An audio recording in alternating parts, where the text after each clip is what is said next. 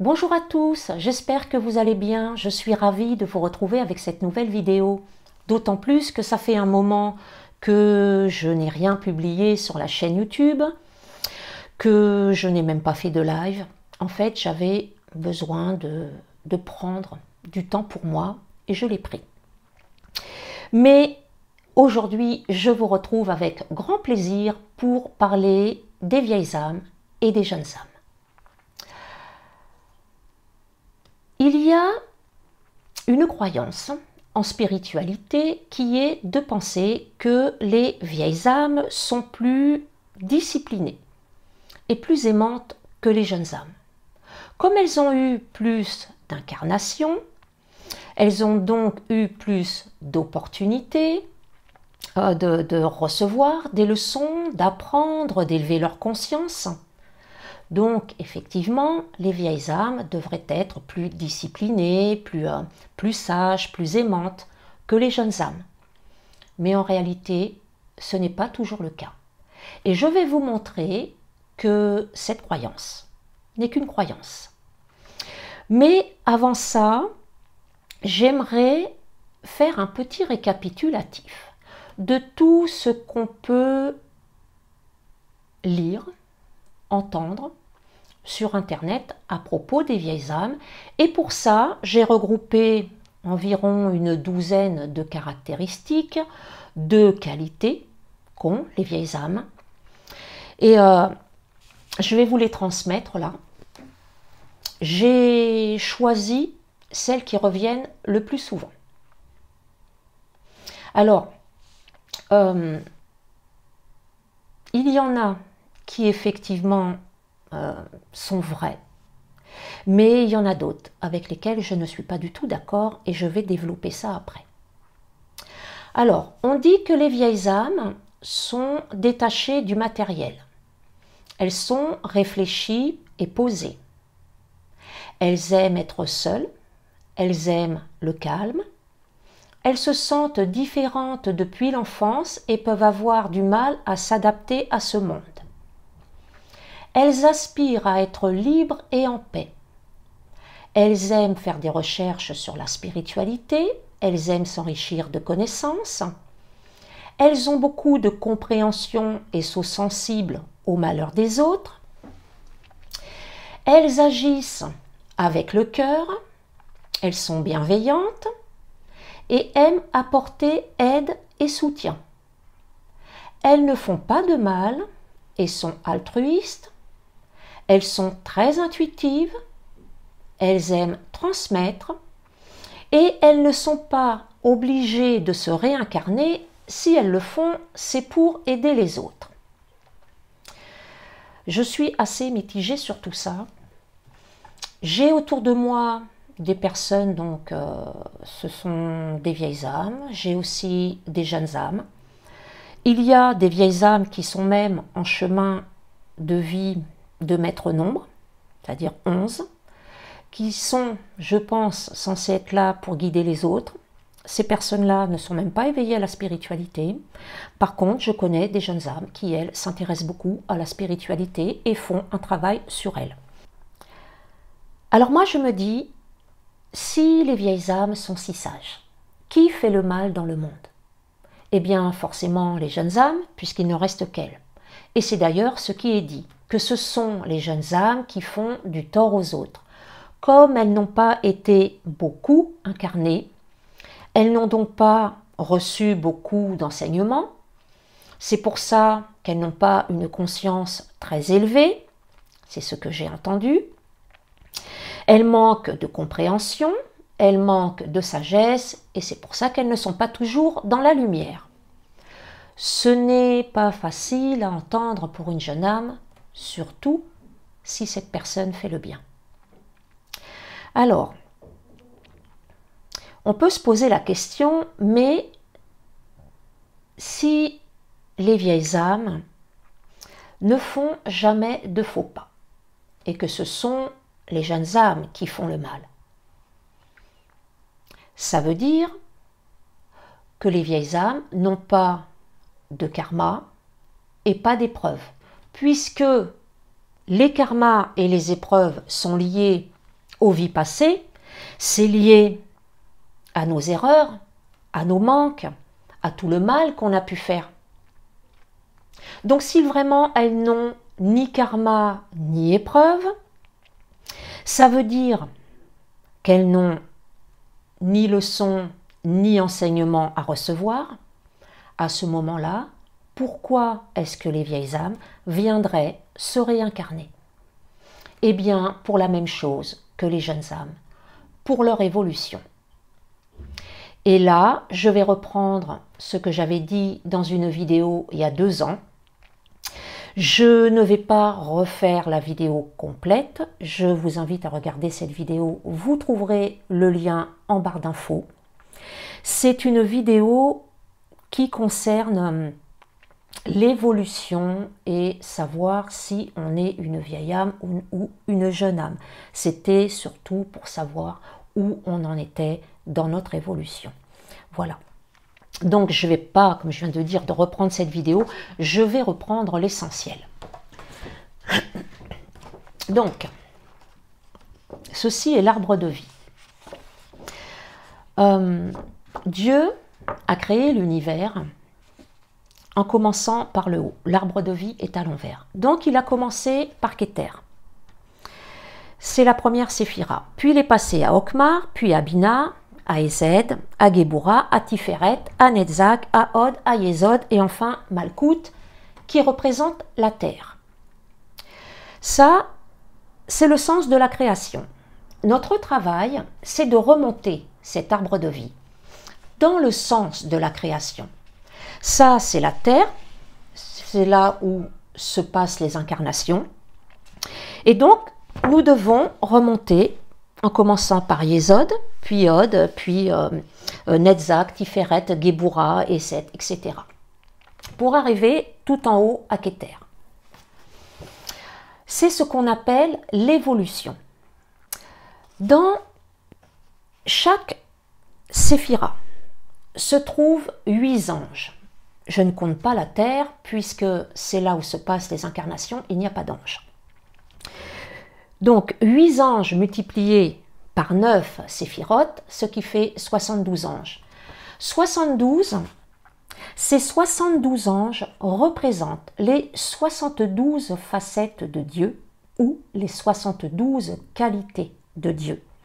Et c'est ça l'évolution, c'est d'acquérir toutes ces qualités. Plus on monte, plus c'est difficile. Alors, ça veut dire qu'au niveau des incarnations, par exemple, si je prends Tiferet, les âmes qui se trouvent dans Tiferet sont nées entre le 14 octobre et le 22 novembre. Tant qu'elles vont rester à Tiferet,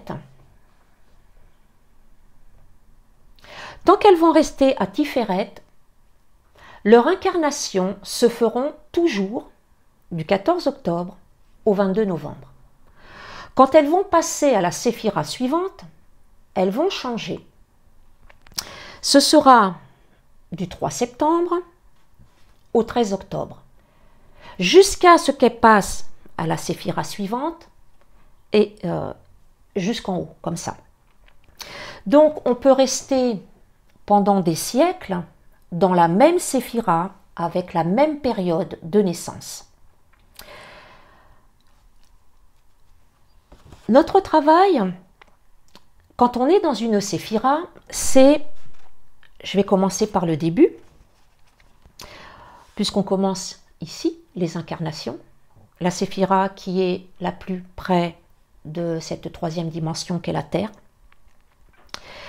Notre travail, c'est d'acquérir donc les 8 qualités des anges qui se trouvent dans cette séphira. Tant que nous n'avons pas réalisé ça, nous resterons dans Yesod. Quand c'est fait, nous passons à Od, où à nouveau nous allons devoir acquérir les 8 qualités des anges qui se trouvent dans cette séphira, et ainsi de suite. Et on ne peut pas passer une séphirote, bien évidemment, et on ne peut pas partir dans n'importe quel sens. Voilà, tout ça je l'explique dans la vidéo.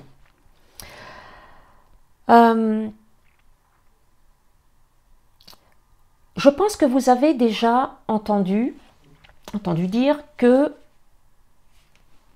une fois que l'âme est désincarnée, l'âme retourne sur le plan de conscience qui lui correspond. Eh bien, ces plans de conscience, ce sont toutes ces séphirotes. C'est ça, les plans de conscience. Plus on monte, et plus on est dans la lumière. Chaque séphira se trouve dans une dimension différente. Quand on change de dimension, on monte dans la lumière. Donc, c'est sûr que la séphira Keter est plus lumineuse que la séphira Yesod. Mais bon, c'est comme ça, puisque plus on monte, plus on élève notre conscience. C'est quoi élever sa conscience? Élever sa conscience, ça veut dire être encore plus dans l'amour. Donc, plus on élève sa conscience, plus on est lumineux, plus on est aimant. Donc, plus on atteint les plans supérieurs. Tout le monde sait que les plans supérieurs sont plus lumineux que les plans inférieurs. Si vous prenez le bas astral, qui se trouve, à mon avis, bien plus bas que cet arbre de vie, je l'avais demandé un jour à mes guides, mais ils n'ont jamais voulu me répondre. Je ne sais pas où se trouve le bas astral, mais à mon avis, c'est beaucoup plus bas. Et dans le bas astral, il n'y a pas de lumière. Hein. Ça correspond au plan, à l'évolution des âmes qui sont dedans. Et quoique ce que je dis n'est pas tout à fait juste, parce que ce n'est pas vraiment l'évolution, ça correspond plutôt là où elles en sont la dernière fois qu'elles se sont désincarnées. L'univers nous considère comme une vieille âme quand nous avons eu un certain nombre quand même d'incarnations et que nous avons acquis suffisamment de qualités de Dieu. Cette transition, entre guillemets, de la jeune âme à la vieille âme se fait entre Tiferet et Géboura. Quand on arrive à Géboura, on est considéré comme une vieille âme. Donc, ça veut dire que les 4 séphirotes du bas contiennent les jeunes âmes et que les 5 séphirotes du haut contiennent les vieilles âmes. Alors, ce que j'avais donc entendu, c'était que les âmes ne sont pas obligées, enfin les vieilles âmes ne sont pas obligées de se réincarner. Si elles le font, c'est pour aider les autres. Et non, puisque les âmes qui se trouvent dans les séphirotes du haut, là, n'ont pas encore acquis, je montre mal ma feuille, je suis désolée, n'ont pas encore acquis toutes les qualités de Dieu, puisqu'elles ne sont pas encore arrivées à Keter. Donc elles vont être obligées de se réincarner pour acquérir toutes les qualités. Tant qu'on n'a pas acquis toutes les qualités de Dieu, on ne peut pas ascensionner. On est obligé d'être dans Keter pour ascensionner. Et les âmes qui sont dans Keter et qui viennent se réincarner, c'est soit parce qu'elles n'ont pas encore acquis toutes les qualités de Dieu, ou soit parce qu'elles n'ont pas encore rééquilibré tout leur karma, ou soit les deux. C'est la condition pour ascensionner. Mais ce que cette personne a dit n'est pas tout à fait faux. Il y a des vieilles âmes qui viennent se réincarner uniquement pour aider les autres, pour aider l'humanité dans son évolution. Ces vieilles âmes, ce sont celles qui ont ascensionné, et uniquement dans ce cas-là. Je vais rappeler ce qu'est l'ascension. Il y a des personnes qui savent, il y en a qui ne savent pas. L'ascension, c'est la fusion de Dieu avec l'âme. Ceci est la charte de Maître Saint-Germain. Nous sommes là, petit bonhomme. Ici, c'est la présence je suis. C'est Dieu individualisé en chacun de nous. Tout le monde a un Dieu, je dirais, personnel. Et donc l'ascension, c'est quand la présence je suis et ne fait plus qu'un avec nous. Quand nous serons dans un amour pur, quand nous serons dans le dévouement, quand nous accepterons tout ce qui est, quand nous aimerons tout ce qui est, quand nous aimerons tout ce que nous faisons, quand nous serons dans l'amour inconditionnel, qu'il n'y aura plus de jugement, qu'on sera heureux de vivre tout ce que l'univers nous présente, mais sur notre chemin, même si c'est des difficultés, on sera alors prêt pour l'ascension. Donc cette présence je suis va descendre, et nous serons unis avec lui, avec Dieu. Et après l'ascension, on ne peut pas revenir s'incarner, puisque nous avons déjà acquis toutes les qualités de Dieu. Dès l'instant où nous avons ascensionné, nous avons fait, je dirais, la plus grosse partie. Parce que l'évolution continue après, d'une manière différente. J'avais fait une vidéo déjà à ce sujet. C'était sur devient-on un Bouddha après l'ascension.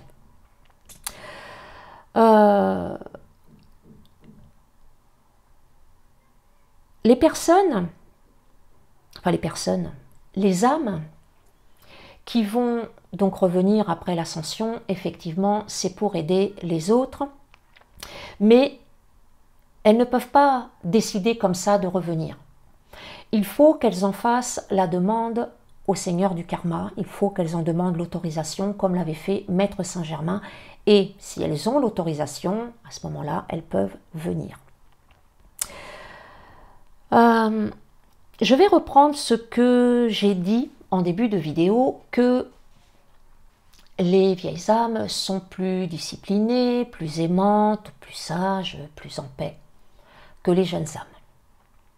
Maintenant que vous savez où se trouvent les vieilles âmes dans l'arbre de vie, je vais vous donner des exemples de personnes qui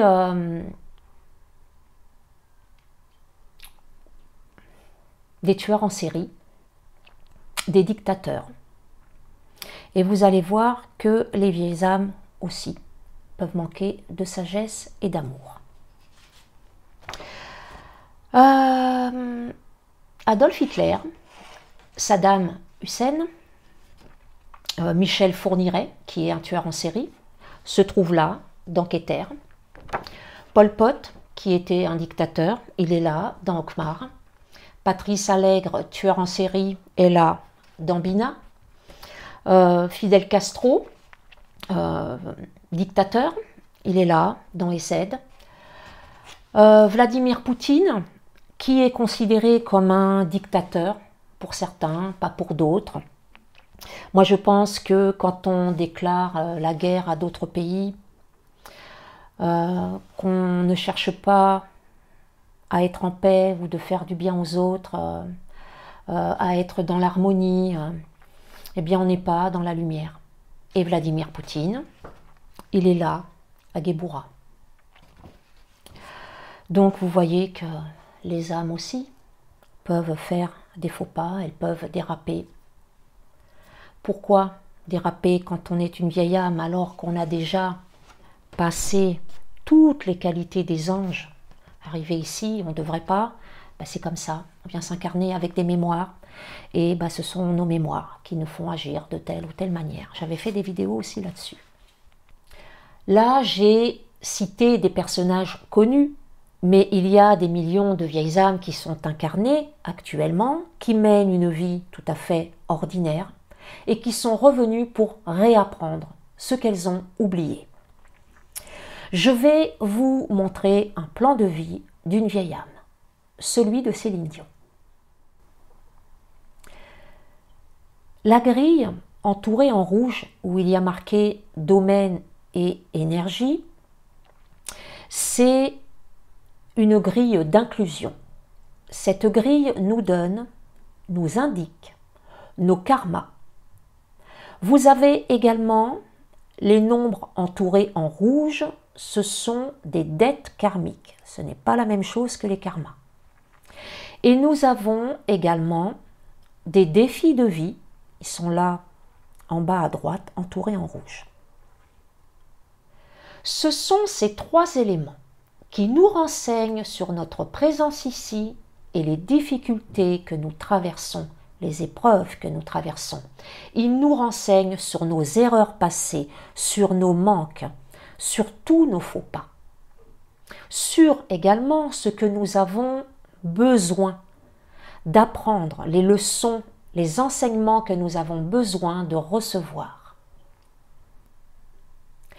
Et vous voyez que Céline Dion est née le 30 mars, c'est donc une vieille âme qui se trouve dans Keter, et elle a pourtant 4 karmas, des dettes karmiques et des leçons à apprendre puisqu'il y a des défis de vie.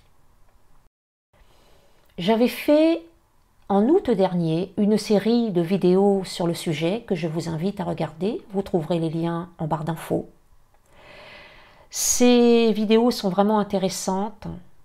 Il y a beaucoup d'enseignements dans ces vidéos et ça va vous permettre de mieux comprendre ce que sont les karmas et les défis de vie. Pour les dettes karmiques, il faudra attendre un peu. C'est au programme pour de futures vidéos. Je vais vous montrer maintenant une partie de mon plan de vie. Là, vous voyez que dans ma grille d'inclusion, il y a 2 karmas. J'ai aussi une belle brochette de dettes karmiques, il y en a 5. J'ai également un défi de vie 1. Et je suis là, dans Keter, comme Céline Dion. Donc, les vieilles âmes peuvent aussi faire le mal, elles peuvent blesser, elles peuvent détruire, ne serait-ce qu'une famille. Donc, quand j'entends régulièrement sur Internet dire que ce sont les jeunes âmes qui font le mal, ce n'est pas juste. Ce n'est pas juste de jeter la pierre aux jeunes âmes, parce que les vieilles âmes, elles en font autant. Alors c'est vrai que les vieilles âmes ont quand même plus de sagesse, puisqu'elles ont eu plus d'enseignements, plus de leçons. Elles ont aussi plus de karma, puisqu'elles se trouvent là-haut dans l'arbre de vie. Donc forcément, elles ont créé plus de karma. Nous savons que nous sommes aidés, qu'il y a des êtres très évolués, incarnés actuellement sur cette planète. Ce sont de vieilles âmes qui ont ascensionné et qui sont revenus pour aider l'humanité dans son évolution. Ces vieilles âmes viennent enseigner. Elles viennent apporter des clés de compréhension. Elles viennent diffuser leur amour, leur sagesse, leur connaissance. Et je vais vous citer 3 de ces âmes qui sont parmi nous et que vous connaissez sûrement. Alors, il y a Edgar Tolle et Mathieu Ricard qui sont là dans Yesod. Quand on a une conscience comme la leur, une conscience aussi élevée, qu'on a autant d'amour en soi, de sagesse, de paix en soi, et qu'on se trouve là dans Yesod, qui, je le rappelle, est la première séphira pour les premières incarnations, les plus jeunes âmes se trouvent là, eh bien, c'est juste impossible. Là, sans aucun doute, on est face à 2 âmes très évoluées qui ont ascensionné et qui sont revenues pour nous aider. Alors pourquoi Yesod? Je ne sais pas. Mais de toute façon, tout a toujours une raison d'être. Elles ne se sont pas incarnées dans Yesod pour rien. Et l'univers ne me donne pas ces raisons. Il y a également Greta Thunberg. Greta Thunberg est dans Ode. Greta Thunberg est une jeune écologiste suédoise. Quand à 15 ans, on manifeste devant le Parlement suédois, qu'on fait un discours devant tous les dirigeants de ce monde à la COP24 pour lutter contre le réchauffement climatique, qu'à 16 ans, on fait un autre discours, cette fois-ci au sommet des Nations Unies, pour défendre la même cause, qu'on participe à de nombreux mouvements pour la protection de la planète et qu'on est mondialement connu, si jeune, pour toutes ces actions, et bien là, encore une fois, on est face à une vieille âme qui est venue pour protéger cette planète et pour faire évoluer les consciences. Et je pense que il n'y a pas que ces 3 âmes. Je pense que des âmes comme ça, il y en a un peu partout dans le monde pour nous aider. Voilà ce que je voulais dire aujourd'hui. Avant de vous laisser, je vais faire une petite conclusion. Je n'ai pas fait cette vidéo pour démontrer que les vieilles âmes aussi peuvent faire le mal, peuvent très mal se comporter. J'ai fait cette vidéo également pour arrêter de jeter la pierre aux jeunes âmes, pour arrêter de comparer les vieilles âmes et les jeunes âmes, parce qu'on est tous ici pour la même chose, pour notre évolution, pour faire évoluer nos consciences. Les vieilles âmes aussi ont un travail à faire sur elles. Elles ont aussi des karmas à rééquilibrer. Elles ont aussi des leçons à apprendre. Être une vieille âme n'est pas plus noble qu'être une jeune âme. Nous sommes tous les enfants de Dieu. Et nous sommes tous aimés de la même manière. Nous sommes tous égaux. C'est comme si vous compariez votre enfant de 8 ans et votre enfant de 18 ans. Est-ce que c'est comparable? Certes, votre enfant de 18 ans aura plus d'expérience, mais est-ce que ça fait de lui quelqu'un de meilleur? Sûrement pas. Si des âmes comme Edgar Tolle ou Mathieu Ricard ou Greta Thunberg sont revenus après leur ascension pour nous aider, pour nous enseigner, ben c'est justement pour enseigner à tous, pour montrer le chemin à tous, et pas seulement aux jeunes âmes. Voilà, je vais m'arrêter sur cette conclusion. Je vous retrouve bientôt pour une autre vidéo. Prenez soin de vous et passez une belle semaine.